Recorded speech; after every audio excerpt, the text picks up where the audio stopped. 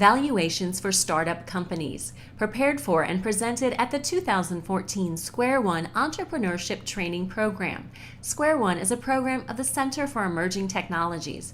CET is an affiliate of the Cortex Innovation Community. Square One is funded in part by the Missouri Technology Corporation. Thank you. We appreciate the opportunity to be here with all of you who are starting business ventures or creating ideas and kind of getting started. The beautiful thing about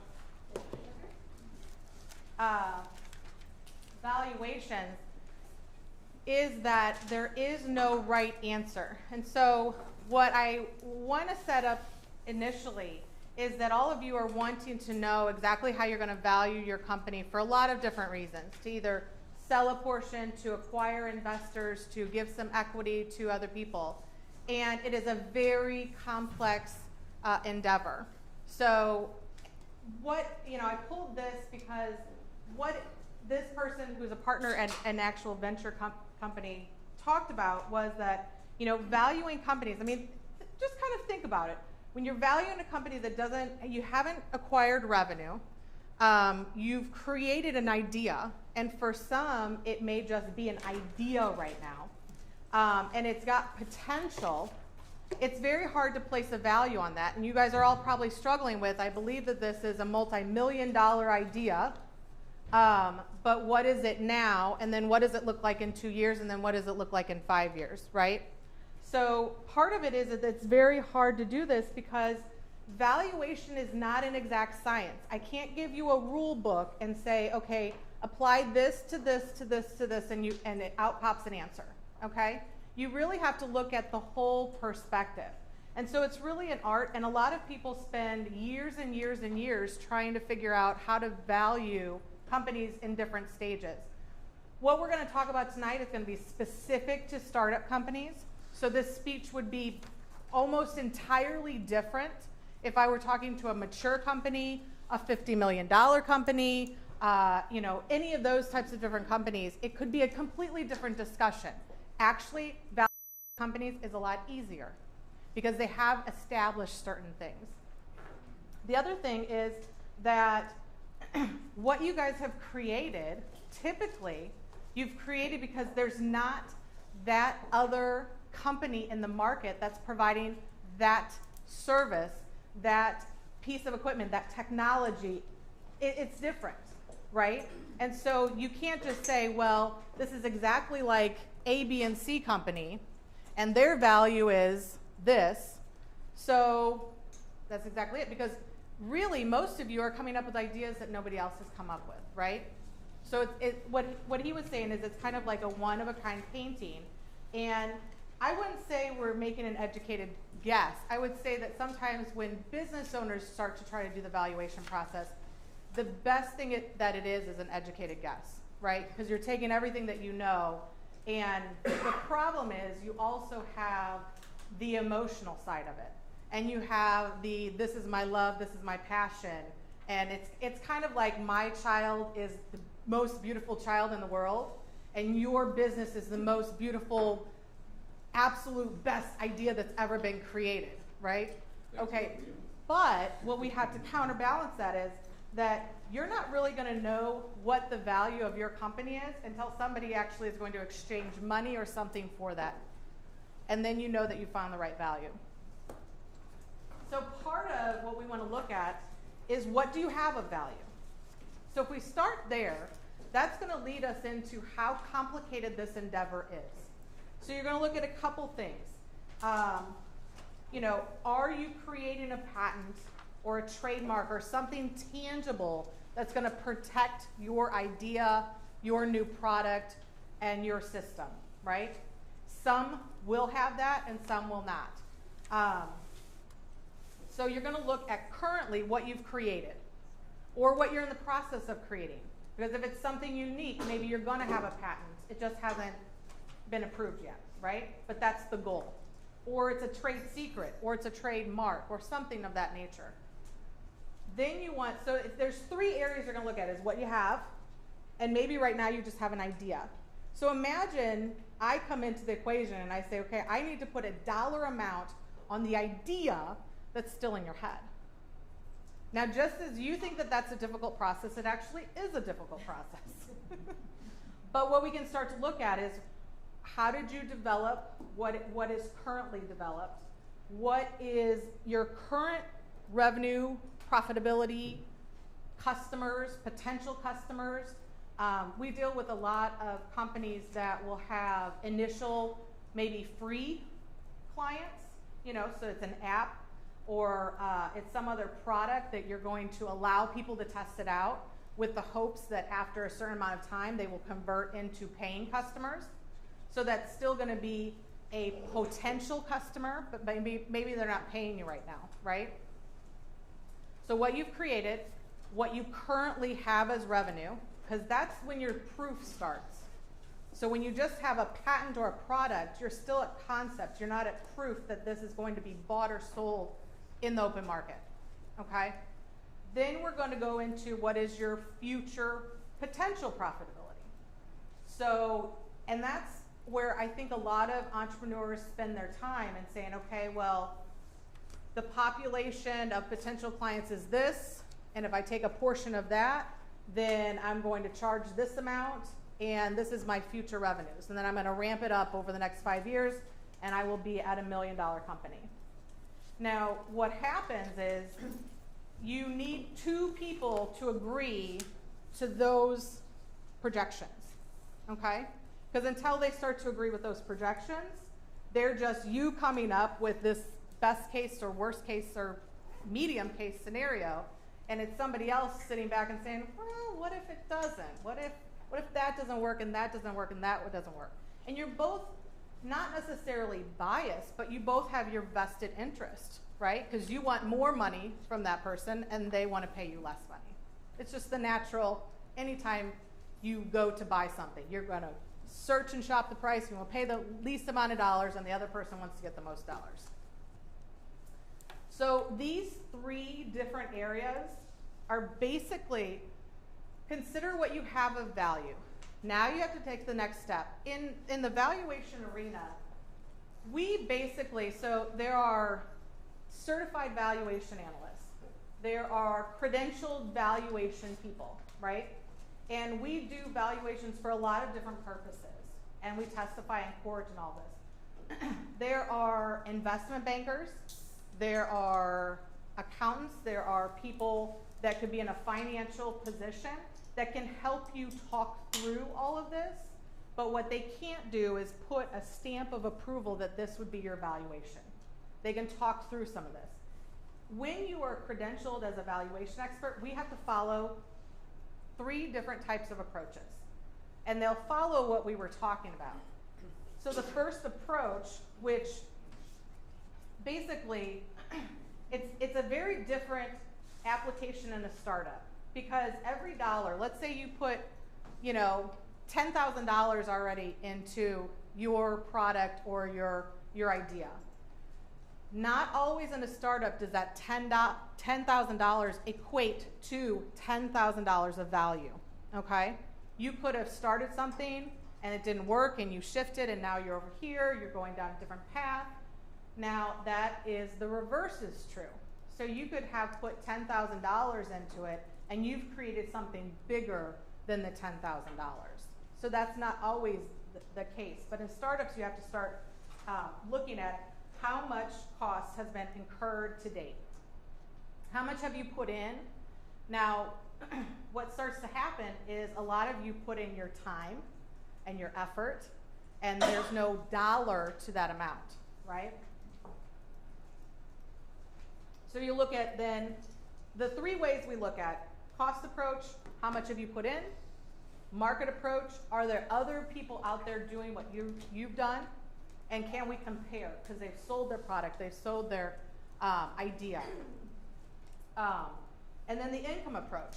And this is typically going to be, the income approach is going to come in when you have income. So now we go back to, we're all potentially pre-revenue. The cost approach is where people are going to really get to, what have you put in? So if I go to sell my idea and I've put in $500,000 of developers, of research, of paying people, doing all of these things, at a minimum, you would probably want that same amount back.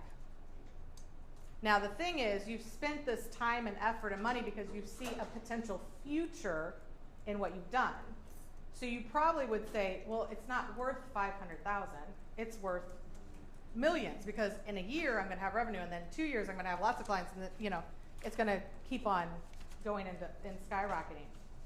But what the cost approach is trying to do is, what if somebody would, so let's say you only put the $10,000 in, but you've put 2 years of nights and weekends and maybe other family members or other partners, and you haven't accounted for that, right? Or maybe you are the developer, or maybe you are the scientist, or maybe you are the creator, right? And you haven't paid somebody to do it.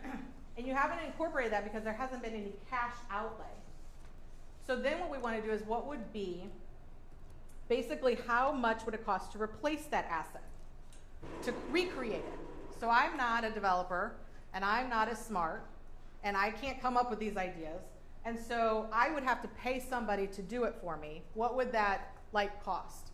You know, so there could be companies out there that say, well, you have a great idea, and I like the idea, and I think I can take it much further, and this is how much it would cost me to recreate it, because I don't have all of these capabilities, right? And so you're going to look at reproducing. So this is all the costs that you have involved in it. And they're kind of the direct costs, those actual costs of the paper and your time and the computer you had to buy and all of these types of things. But there are also these intangible costs, which is going to be the time involved. Realistically, when you're looking at the value of a company, your cost approach is typically going to be your lowest amount, right? Because you have all of these things called goodwill and the intangibleness of the future, but is not proven yet. So other than if you were like typically when you'd see a high value here, you'd be an equipment company. So you have $1 million of equipment and it creates revenue, but it's got a lot of money to be sold as well. The second way that we're going to look at things is through a market approach.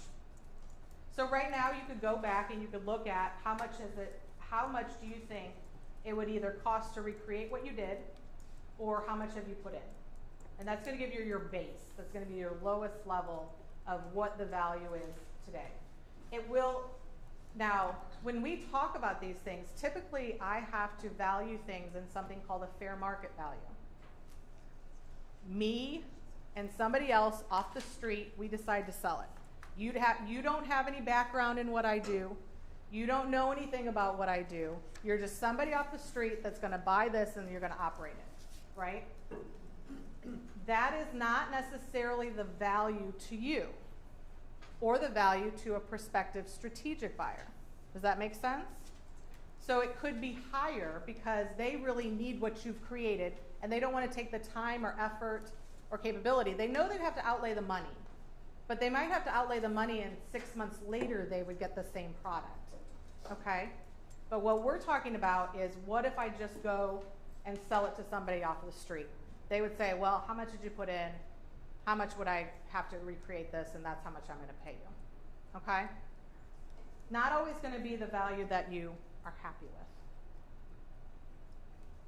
So then you look at the market approach, and oftentimes you have to see a more active market. So you have to see things being traded and bought and sold.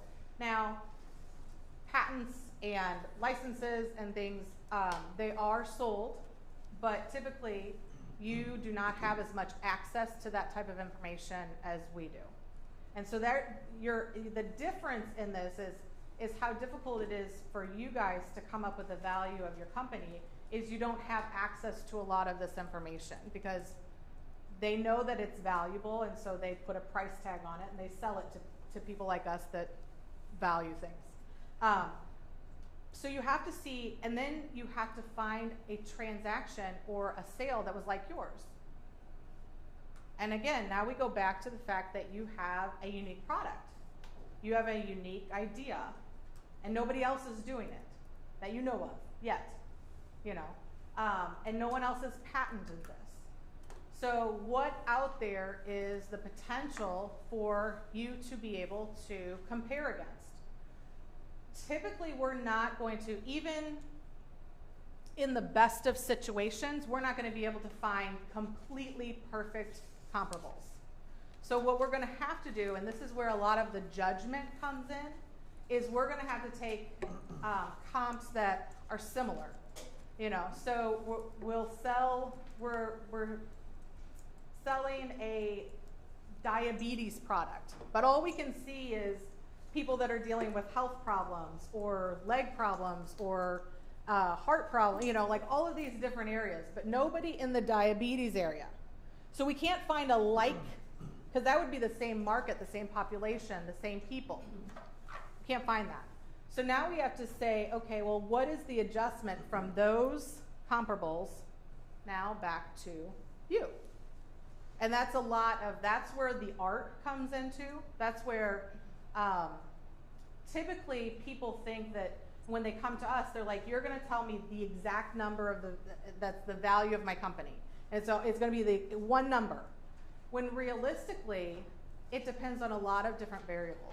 It depends on a lot of discussions with you.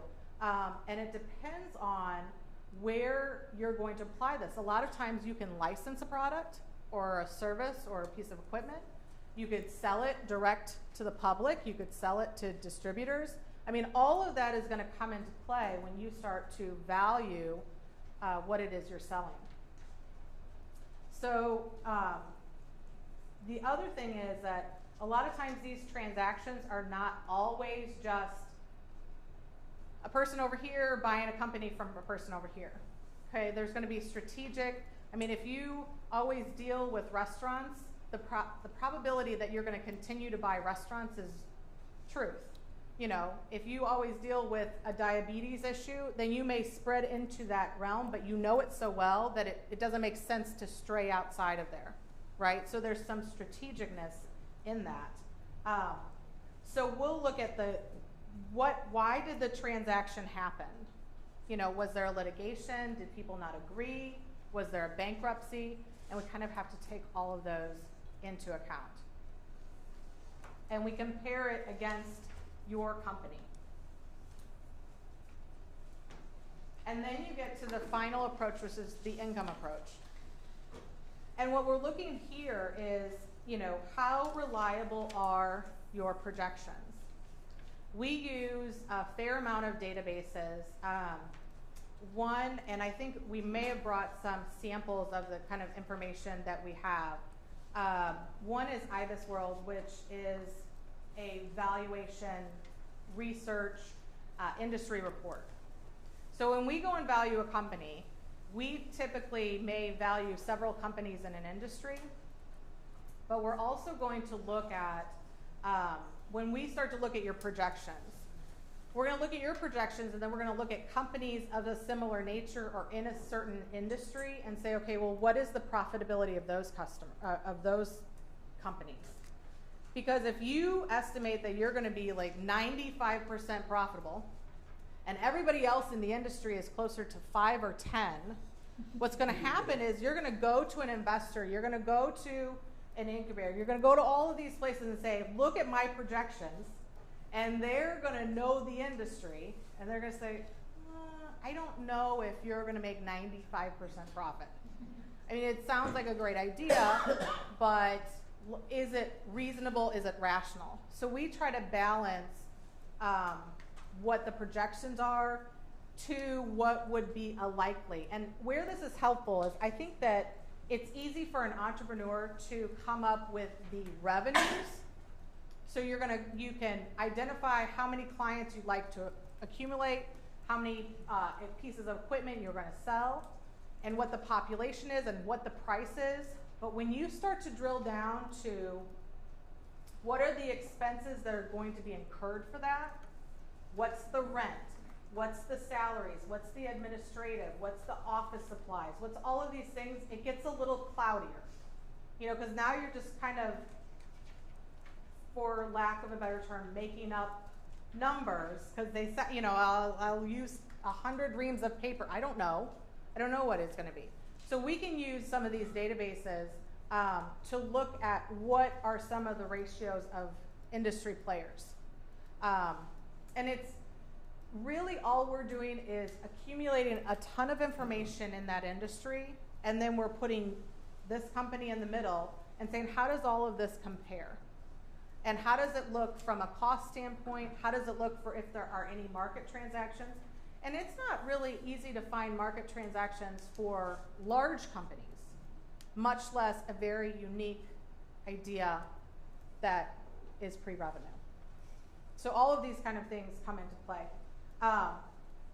But what you have to start looking at in the income approach, and a lot of different financial people will look at this. And so the market approach, the thing that you'll probably hear about the market approach is like EBITDA, multiples of EBITDA, 3 times EBITDA. If you have no earnings, then 3 times 0 is still 0. Okay? So that's a problem. So then you have to say, okay, well, in the future, what is the income approach? And typically we're going to look at something called a discounted cash flow method. So we're going to look at projecting the revenues, projecting the expenses, and you get to what's net. You're going to have to take into account taxes. You're going to have to take into account depreciation and interest. You know, are you going to finance this? So what we do is we help people come up with those projections.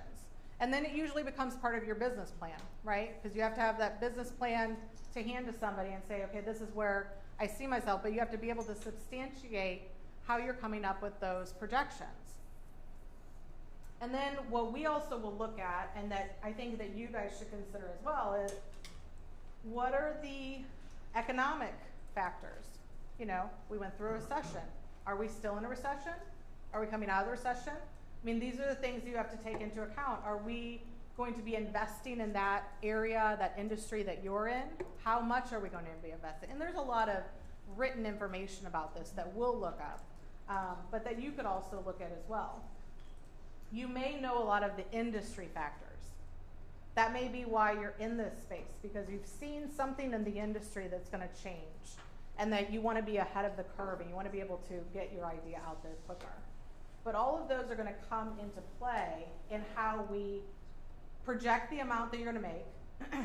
And then what we do is we discount it to the future. So you're going to have discount it to the current. So you're going to have these future revenue streams out 5 years. We want to make them somewhat reasonable. And then we're going to discount them back to what they would be worth today. What would somebody pay for today for the benefit of those future revenues, those future income, distributions, money that you're going to pay out to the owners?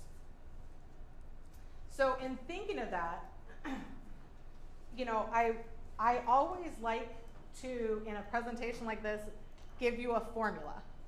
I would love for there to be a formula. But what you have to really consider is what is your base. The 2 areas that you can really start to look at is what is your base, which is how much have you invested, the time, the efforts, the money. A good approximation of all that. That would be your floor. And then you start to look at what the ceiling is. And the ceiling is going to be your projections. How can you get those projections to make sense, to be reasonable? You know, can you get 1,000 new clients in a month? No. Can you sell 1,000 pieces of equipment in 3 days? I don't know. But you need to substantiate all of the reasoning behind that. And then you create, and a lot of, you know, you can certainly search on Google and get a DCF, and a lot of you may even be familiar. I think a lot of financial professionals could provide you with a simple way, but that's going to be the highest, because it's not proven. Okay? So it's like I have a great idea, but I don't, I'm going to sell this unique candy with grasshoppers in it. Okay? And everybody's going to love it because it's a great source of protein. But I don't have the store yet, and I don't really know where I'm going to get the grasshoppers from. And I don't know like what population would really, you know, so once you start to present all of those questions, you create this doubt in the other person. So that's why you have to kind of create some of, know the answers. And so kind of the last piece of this, because I wanted to leave some time for you to ask questions and get some clarification, is really looking at what the value drivers are. So if you don't have tangible things that create the value yet, you have to start looking at the intangible things that could create the value in the future and that could be of value to somebody who would want to invest or would want to be a part of your company. And so part of these are, what is the founding team, right? So if you decide you're going to go start a basketball team and Bob West is going to be your leader of this basketball team. You guys all know who that is? Oh, okay, whatever. Mark Cuban is going to lead your basketball team. So how did that create no value to a lot of value? There was nothing. There was absolutely no difference in the fact that I told you, I don't have a basketball team. I don't have a stadium. I don't have any of those things, right? But I had Bob West, who was nobody, and I had Mark Cuban, who you all recognize and you all knew. That's helpful even in your own. That's why everybody tells you to get that board of advisors, people well known in your industry, connections, all of those things. It changes the value perception, which right now is part of the value reality. Okay? Then you want to look at how quickly can your revenue start? Have you already found the manufacturer? Do you already have the product? Do you already have a prototype? Do you already have distributors? What are all of the things that are in place? And how can you show that? What is the expected growth? A lot of people are selling things online now. Well, I have 50,000 followers on Twitter. Okay, that might be a lot better than somebody who has no followers. But can you convert them? Are they interested in buying? So metrics mean some things, but they don't mean everything. How large is the potential market? A lot of times I don't think it's important to say, well, there's 100 million people that drive cars. So that's my market because I'm creating an app that is about cars. That's maybe not the direct connection. You have to really see, have you done any research about the interest of your product, the interest of this? What are people currently buying? All of these types of things. Are there competitors, and how are those competitors performing? Because it's quite a big difference to have one competitor out there or to have 100 competitors out there, okay? And if 100 are out there and none of them are doing well, take some of that into account. And all of these things, do you have a solid business plan?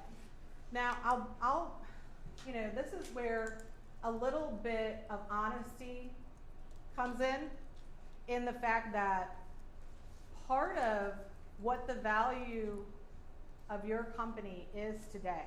Like, let's say right now, you're not going to hire a valuation expert to go do this big, long, thorough investigation of your company that's just an idea, right? You're not going to do that. What you have to start thinking about at this point is, what are you willing to give up today? Okay? What are you willing to give up in equity? Where this becomes kind of, an antique car could be worth $100,000 to you because you've spent 3 years creating it and coming up and building it as your baby. But if I don't understand the value of that car, and I'm like, oh, it's red though, I don't really like red. It had nothing to do with the car. But I will not trade the $100,000 for the car because I don't like whatever it is around. A lot of this that you guys are going to endeavor upon is finding the right person, the right connection, the right individual or group or investor or partner that gets your vision, that you've given all of this thought to of how to create value, and that wants to exchange that for either time, effort, or money. And where does that feel right? Okay? Because then if you get a little bit further along, there's an opportunity to value it, but the fact of the matter is, it's a very complicated process, and it costs money to get somebody to come and value it. Whereas you can start considering some of these things. Considering if you build the value drivers, you're building subsequent value. Okay? So you're building all of the things that we would come in and look at. Be like, okay, do you have competitors? Do you have revenue? What's your revenue? You know, is it consistent? You know, do you have a plan? Do you have management in place? Do you have the people? Do you have all of that in place? Because all of that is going to lead to higher value. So it's not a science. It's a little bit of an art. But you can be a part of creating more value in the business by looking at some of those things. And then at a minimum, what have you put in? So that's kind of where I've done the presentation, and I don't know if you guys have questions or you want to talk. Hopefully we won't talk about like specific things in your business, but maybe things that could be more general that would help everyone. But I'm open to whatever questions you have. Yes? I just want to make a comment. I just started looking at insurance for my business, and I had no idea the extent that they value your business to decide how much coverage you can get and if it can even cover you. Right. So a lot of these things also come into play early on for And insurance it's different. purposes. She was asking about getting insurance and how they look at a valuation in order to insure. And it makes sense because they're trying to do it. It's the same way with banks. You know, they typically are going to lend because there's some asset. You know, there's something tangible there that they could either take back or sell, or a personal guarantee, which then is covered by other assets such as personal property. You know, so there's got to be something there for them to put the money in. But yeah. I never would have dreamed it. Right. Yes. Is a component inventory such as test equipment and stuff to build your stuff, is that considered part of the value if you've got a large amount of it? Yes. You know, and sometimes, so you have to look at it, you still have to look at it from two perspectives, right? So I know somebody who I got great equipment from for really cheap. So that's how much you paid for it. But if he had to go out and get the same equipment and he doesn't have the right connections and he has to get it and he has to pay full price, that's the replacement value. So you kind of have a range. That's how much you got for it, or you paid for it. But if somebody had to replicate what you're doing, they may have to pay more. Yes. So obviously, when you're valuing your company, you're trying to be as like honest as possible. But I mean, just out of curiosity, like when you're looking at like a Shark Tank, you know, when the people come on there and they value their company at X, and Mark Cuban is like, that's ridiculous. Like, what's this? I know that there's a strategy to that sometimes. You know, overvaluing to try and, you know, keep a share, whatever the case may be. How do you see the strategy for someone like us trying to, is there any value in undervaluing or overvaluing versus what you think it might actually be worth? You get what I'm asking? You really want to go at actual. I mean, you really want to go with what I think a lot of people will back into. I only want to give away 30% equity, and I need $1 million. So I'm going to say that the valuation is 4.7 million. Exactly. I mean, or 3.7 million. You know, like that's probably not the best. I mean, to substantiate. So if you watch, I mean, and Shark Tank is an interesting concept, and it's a bad example. But it's a good example because there are times when the sharks will invest in the people. No revenue, kind of a crazy idea. I don't even know how it's going to make money. It could be ripped off by everybody, but I like you. I'm going to invest in you. You know, so that throws it out. So that's how it's important who the team is and who is part of it.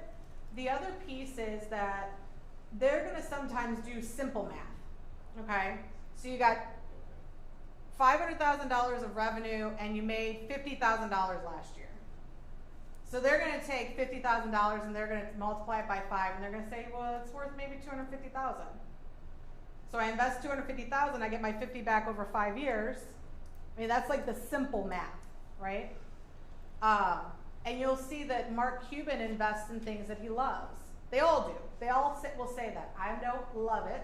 I don't have a passion for it, and so I'm not going to invest. He likes technology. The other guys like consumer products. They all like different things because it's the space that they know.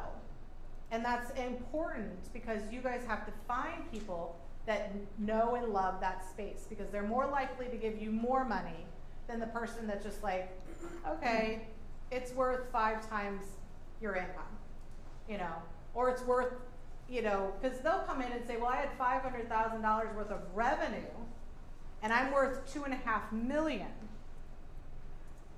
In 5 years, I'm not going to make back the revenue, you know, like that would have to get to quite a big revenue amount and after, you know, because you have to look at the return to the investor. Like, are you going to give somebody $100? Well, I'm going to give you $100, but I hope to see $20 back a year. And at the end, I'm even. And I'm like, well, wait, I'm not really even. Because maybe I want to see $25. You know, so that's the methodology. But the more you can back up some of your projections and your theory is where they want to see it. And that's why they're always like, oh, we want to see 2 years of revenue, 2 years of successful, or people will come in there and say, we made $5 million and we made 0 profit. And they'll go, oh, the same as they would if you had no revenue. Because you're getting it out there, but something in the middle is not working because there's no money to distribute out to the partners. And that's what people are really looking for. Good question. Anyone else? Yes. When you move user base in terms of the technique, how much valuation does that give? The question is how much valuation does the user base? So so you have users. So then you're going to look at a couple different things. You're going to look at the users, but you're going to have like attrition. So you're going to have, I got 5 new users this month, but then I lost a user.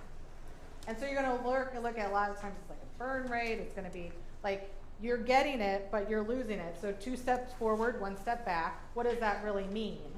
So they want to see obviously higher gaining and lower losing. But there's always going to be the loss. You're always going to lose.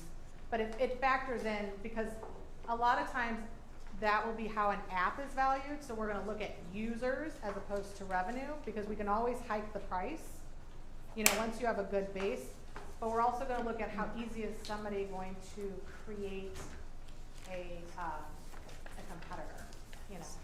How easy can they come in, the barrier to entry, if you will. How easily can somebody come in and say, oh, he's got a great idea. I'm going to do it over here. And all I'm going to do is cut your price. So you charge 20 per user, I'll charge 10, I take everybody. So you want to look at that too. Yes? How do you value the patent? Valuing a patent is really fun. It's a little bit different. So you're going to look at whether you can license a patent. You're going to look at royalty rates, which is still going to be income coming in. But we have different databases and we have different access to royalty rates. And you're going to look at the length of the patents. All of those would come into applicability. So, anyone else? The final thing that I will say is that we have access to a lot of resources and industry reports and industry analysis. And this is my contact information. If you want to send me an email or you think that something like that would be really helpful and important to you, send me an email. Tell me a little bit about your industry. If we have an industry report that would fit for you, I'll go ahead and send it to you. Okay? It will help you in the planning. It will help you in the thought of how to create projections. It's super wonderful information, and I think it could help you guys in your process. Thank you.